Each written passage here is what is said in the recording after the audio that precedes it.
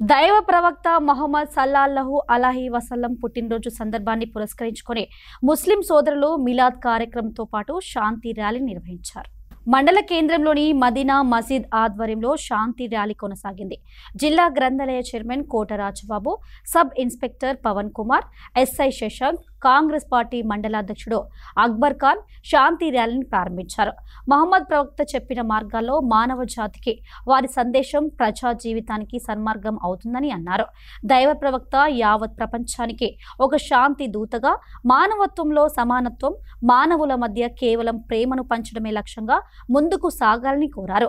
మదీనా మసీద్ ప్రాంగణం నుండి ప్రారంభమైన శాంతి ర్యాలీ మండల కేంద్రంలోని ప్రధాన వీధుల్లో ఆధ్యాత్మిక బోధనలతో, శాంతి సందేశాలతో 3 గంటల పాటు శాంతి ర్యాలీ కొనసాగి మండల కేంద్రంలోని జిగును షా వలీ దర్గా వద్ద చాదర్ను సమర్పించి ఫాతిహా అనంతరం కార్యక్రమాన్ని ముగింపు చేయడం జరిగింది.